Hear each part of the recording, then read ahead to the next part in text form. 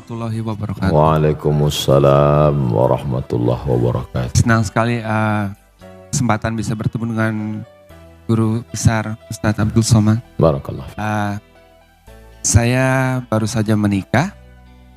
Saya berharap bisa mendapatkan nasihat sedikit mengenai pernikahan, baik yang baru menikah maupun teman-teman yang sudah lama menikah.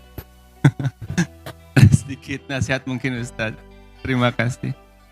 Pertama saya ucapkan barakallahu lakuma wa baraka alaikuma wa jama'a bainakuma fi khair. Barakallahu lakuma, berikan berkah kepada mereka berdua ya Allah. Wa baraka alaikuma, berikan berkah dalam mengharungi kehidupan senang dan susah, lapang dan sempit. Wa jama'a bainakuma fi khair, disatukan dalam kebaikan. Hadis sunnah Nabi Muhammad sallallahu alaihi wasallam. Pertama, mesti difahami bahwa karena jodohlah engkau bertemu, bukan karena bertemu lalu berubah menjadi jodoh. Karena bertemu lalu berjodoh, atau karena ada jodoh maka bertemu? Karena ada jodoh maka bertemu. Berapa banyak orang yang bertemu tapi tak berjodoh? Berapa banyak orang yang berjodoh baru sekali bertemu langsung jadi? Tapi jangan gara-gara ini lalu tidak usaha.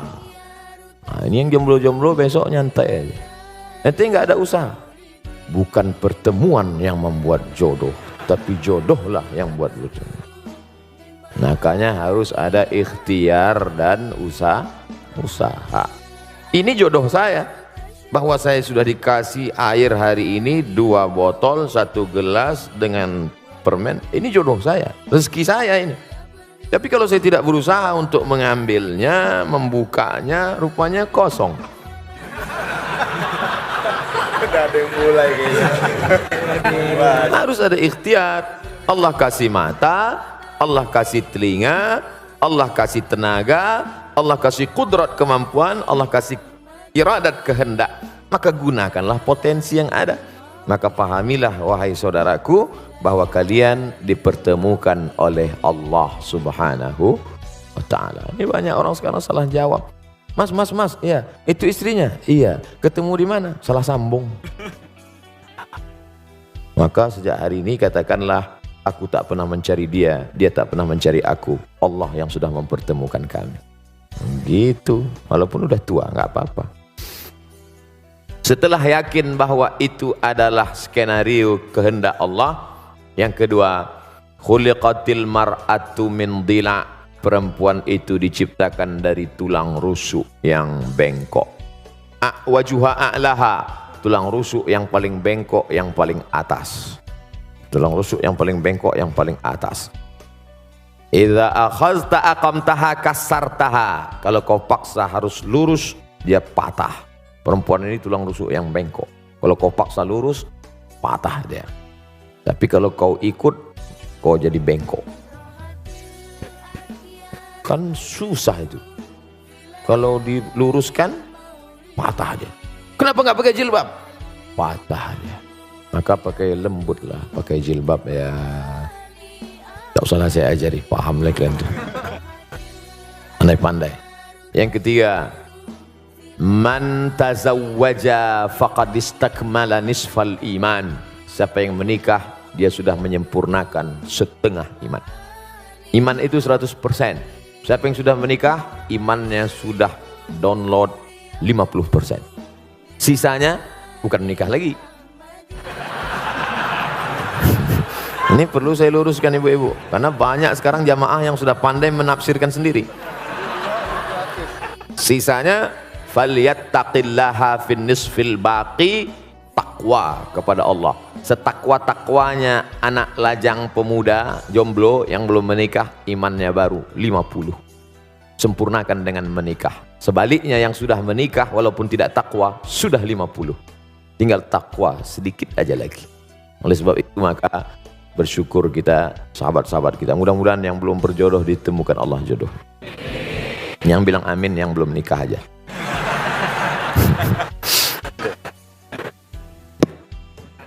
Masih ada. Ini baru 3. Yang keempat, dulu ketika engkau sendirian, wahai saudaraku, yang kau urus solatmu saja, yang kau urus jilbabmu saja. Oh, tak pakai jilbab. Tapi setelah kau menikah, sekarang ada beberapa gerbong kereta di belakangmu, tanggung jawabmu besar. Dulu yang penting sholat sudah, tapi sekarang kau sudah menjadi imam. Berusahalah menjadi imam yang baik. Yang kelima, nikah dalam Islam bukan hanya seks, tapi ada yang lebih bermakna daripada itu. Ada amal yang mengalir. Yang tadi rajin sholat duha, stop kalau mati. Yang rajin baca zikir doa, habis kalau mati. Tapi yang menikah ada amal yang tidak mati. Waladun salihun, anak yang soleh. Mudah-mudahan dari kalian berdua dan yang lain-lain diberikan Allah anak-anak yang soleh dan soleh. Amin ya rabbal alamin. Berikutnya pertanyaan Amar. Assalamualaikum warahmatullahi wabarakatuh. Waalaikumsalam. Selamat pagi Pak Ustadz. Selamat pagi semuanya. Ketemu lagi kita Pak Ustadz. Kemarin saya pernah bertanya sama Pak Ustadz. Ya. Dan saya tidak pernah bosan untuk bertanya lagi sama Pak Ustadz. Baik. Saya tertarik sekali dengan ceramah Pak Ustadz barusan yang tentang ngerusak diri fisik maupun metafisik. Dan saya mengakui juga dulu, ini juga untuk menjadi contoh untuk semua saudara-saudara di sini. Saya mengakui kalau saya tidak berdaya dengan adiksi saya. Waktu itu saya belum pernah melihat, mendengar, dan salah pergaulan. Hingga saya tiba-tiba ditarik oleh pihak yang berwenang. Dan sampai situ saya mulai belajar dan sekarang saya menemu istri saya yang paling cantik, yang sedang hamil, kembar. Doain semoga anak kami semoga sehat. Amin. Amin. Amin ya rabbal alamin. Dan pertanyaannya adalah, adakah ilmu atau aturan Pak Ustadz agar kita tetap bisa istiqomah di jalan yang benar dan baik menurut Islam? Terima kasih. Assalamualaikum warahmatullahi wabarakatuh. Sahabat Nabi SAW yang sudah masuk Islam itu apa yang mereka lakukan? Mereka belajar. La ilaha illallah. Tapi lihat pangkal ayatnya, bukan ujuk-ujuk langsung la ilaha illallah. Fa'lam annahu la ilaha illallah. Berilmu dulu. Kami belajar melalui medsos, bagus. Tapi hadir tanya. Jangan baca sendiri, dengar sendiri, pahami sendiri, simpulkan sendiri, nyasar sendiri. Harus berguru. Man la syaikha lahu fasyaitanu syaikhuhu. Siapa yang tidak berguru, setan gurunya. Baca Quran aja bisa salah keliru, apalagi memahami isi Al-Quran. Oleh sebab itu yang pertama belajar. Yang kedua komunitas. Karena kita amat sangat berpengaruh terhadap lingkungan kita. Kalau punya grup yang mengingatkan kita baca Quran sudah berapa juz. Kalau punya komunitas yang ngajak kita kepada sholat berjamaah. Kalau kira-kira keberadaan kita di komunitas itu tidak mendukung iman kita, keluar. Kalau saya keluar dari komunitas ini, lantas siapa yang berdakwah Pak Ustadz? Antum berada di situ mempengaruhi atau dipengaruhi? Jangan-jangan antum hanya tukang pancing yang dilarikan ikan. Menyangka akan bisa memancing ikan, rupanya ikan yang tertangkap ikan paus. Oleh sebab itu maka yakinkan diri kuat. Setelah kuat bisa, baru ada periode Makkah, tapi ada periode Madinah Al-Munawwarah. Setelah kuat, yakin, maka komunitas-komunitas yang kira-kira bisa dipengaruhi, tapi kalau tidak, komunitas yang menguatkan iman kita. Yang ketiga, pentingnya menerima nasihat bukan hanya dari telinga, ceramah, khutbah, seminar, pengajian, tausiah, tapi nasihat mata yang tidak bersuara, tak berbunyi. Wa kafa bil mauti wa'iza. Cukuplah kematian sebagai nasihat. Makanya kalau ada orang meninggal, datang, syukur-syukur bisa ikut gali kuburnya, ikut masuk ke dalam. Man syahidal janazata, siapa yang menyaksikan jenazah hatta tusalla alaiha, sampai solat jenazah, dapat pahala balasan qirat, 1 qirat. Wa man syahidal janazata hatta tudfan, siapa yang menyaksikan solat jenazah ikut sampai ke pemakaman, lahu qiratan, dapat 2 qirat. Sahabat bertanya, wa mal qiratan ya Rasulullah, apa 2 qirat itu wahai Rasulullah? Rasulullah menjawab, mithlul jabalainil azimaini, seperti 2 gunung bukit yang pahala besar. Apa hikmah di balik itu? Melihat nasihat dengan mata. Kalau dilaksanakan ini insya Allah masuk yang keempat, jangan lupa mohon doa. Makanya selesai pertemuan berdoa. Selesai, Ustadz doakan saya, doakan juga saya. Ustadz mohon doanya, doakan juga saya. Saya tak pernah berhenti mengucapkan itu. Karena kita tak tahu entah dari mulut yang mana doa itu menembus pintu-pintu langit. Boleh jadi kita merasa kita hebat, kita berilmu, tapi hati kita kotor. Ada dia yang bukan ustadz, bukan siapa-siapa, baru saja tobat, bersih hatinya sebersih-bersihnya. Lalu dari hati itu terpancar doa, dari doa itulah dikabulkan Allah. Makanya selalu saya katakan, doakan Ustadz Abdul Somad, doa dalam keadaan mati husnul khatimah. Jangan sekarang, kita masih ada jadwal lagi.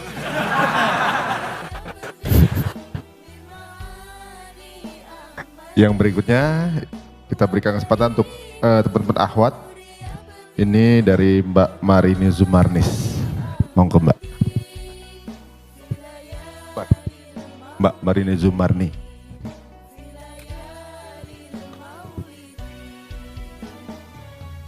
Pakai S. Assalamualaikum warahmatullahi wabarakatuh. Waalaikumsalam. Pak Ustadz, saya mau menanya. Saya kan sudah menikah udah hampir 21 tahun. Dan anak saya juga sudah dewasa. Nah, kita pada ibu-ibu, mungkin saya juga mewakili semua ibu-ibu di sini. Doa apa yang paling baik untuk supaya anak kita dan semua keturunan kita itu soleh dan soleha. Karena memang kan tugas kita, anak-anak itu kan amanah buat kita. Jadi saya minta itu doanya Pak Ustadz. Doa apa yang paling baik dan kapan waktunya untuk supaya anak-anak kita dan keturunan kita menjadi soleh dan soleha. Assalamualaikum warahmatullahi wabarakatuh. Waalaikumsalam warahmatullahi wabarakatuh. Pertama, Rabbana hablana minas salihin. Kalau dalam bentuk tunggal sendiri, Rabbi habli minas salihin. Doa Nabi Ibrahim alaihissalam dikabulkan Allah, minta dapatlah Ishak dan Ismail. Yang kedua, doa Nabi Zakaria, lahirlah anak soleh juga bernama Yahya. Rabbana hablana min ladunka dzurriyyatan thayyibah. Yang ketiga, doanya Ibadur Rahman. Rabbana hablana min azwajina wa dzurriyyatina qurrata a'yunin waj'alna lil muttaqina imama. Yang keempat, bahwa aqrabu ma yakunul 'abdu min rabbih wa huwa sajid. Orang paling dekat dengan Allah ketika dia sedang bersujud. Tempatnya saat bersujud. Tapi ini ayat Al-Quran nggak boleh dibaca waktu sujud. Saat itu posisinya bukan sebagai ayat, tapi sebagai doa. Perempuan maaf, dalam keadaan menstruasi tak boleh baca Quran. Tapi ketika posisinya sebagai doa, maka boleh dia baca. Contoh, naik kendaraan. Rabbana subhanalladzi sakhkhara lana hadza wa ma kunna lahu muqrinin wa inna ila rabbina lamunqalibun. Boleh dia baca. Karena saat itu posisinya bukan ayat tapi sebagai doa.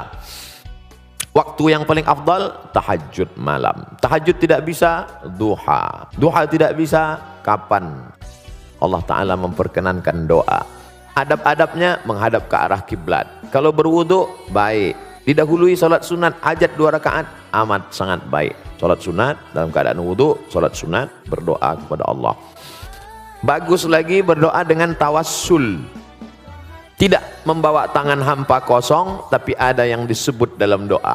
Hadisnya Sahih Bukhari tentang 3 orang yang terjebak di dalam gua. Tiba-tiba pintu gua tersumbat, tertutup. Lalu dia berdoa, ya Allah, aku pernah punya pembantu. Pembantuku itu pergi. Sebelum dia pergi, gajinya tidak diambil. Maka gajinya aku belikan kambing, kambingnya beranak pinak banyak. Tiba-tiba pembantuku itu datang, lalu aku panggil dia, hei pembantu, kemari, ambil kambing-kambingmu ini semua, ambillah. Maka aku bermohon kepadamu, ya Allah, berkat kemuliaan sedekahku itu, bukakan pintu gua ini, terbuka. Itu dalil boleh berdoa menyebut amal bertawassul namanya. Ya Allah, berkat anak yatim yang kusekolahkan itu kemarin, walaupun cuma sebulan aja. Tapi jangan ditulis di medsos. Jangan kuat-kuat. Kadang ada juga orang berdoa ini biar dilupai dengan sebelah. Ya Allah, berkat masjid yang kubantu 100 juta kemarin. Yang disebutkan. Yang kedua, orang dalam gua tadi berdoa, ya Allah, aku punya seorang ibu dan ayah. Setiap aku pulang membawa susu kambing ke rumah, istriku menangis belum makan, anakku meraung kelaparan, tapi ku tunggu ibu dan ayahku terbangun. Setelah mereka terbangun baru ku berikan. Kalau memang baktiku kepada engkau ini membuat doa terkabul, kabulkan doa, terbuka. Yang ketiga, ya Allah, aku tidak kaya seperti dia bisa bersedekah, dan aku tidak bisa berbakti karena orang tuaku sudah meninggal. Aku hanya melakukan satu, hampir melakukan perbuatan dosa, tapi tidak jadi karena takut kepadamu. Kalau rasa takut ini pun bisa membuat doa terkabul, bukakan pintu, terbuka pintu gua. Oleh sebab itu, berdoa ada waktunya, ada adabnya, dan dengan tawassul baik. Mudah-mudahan anak-anak kita dijaga, dipelihara dari perbuatan maksiat dan dosa. Baik. Baik, berikutnya kami berikan kesempatan untuk Teh Desi Ratnasari.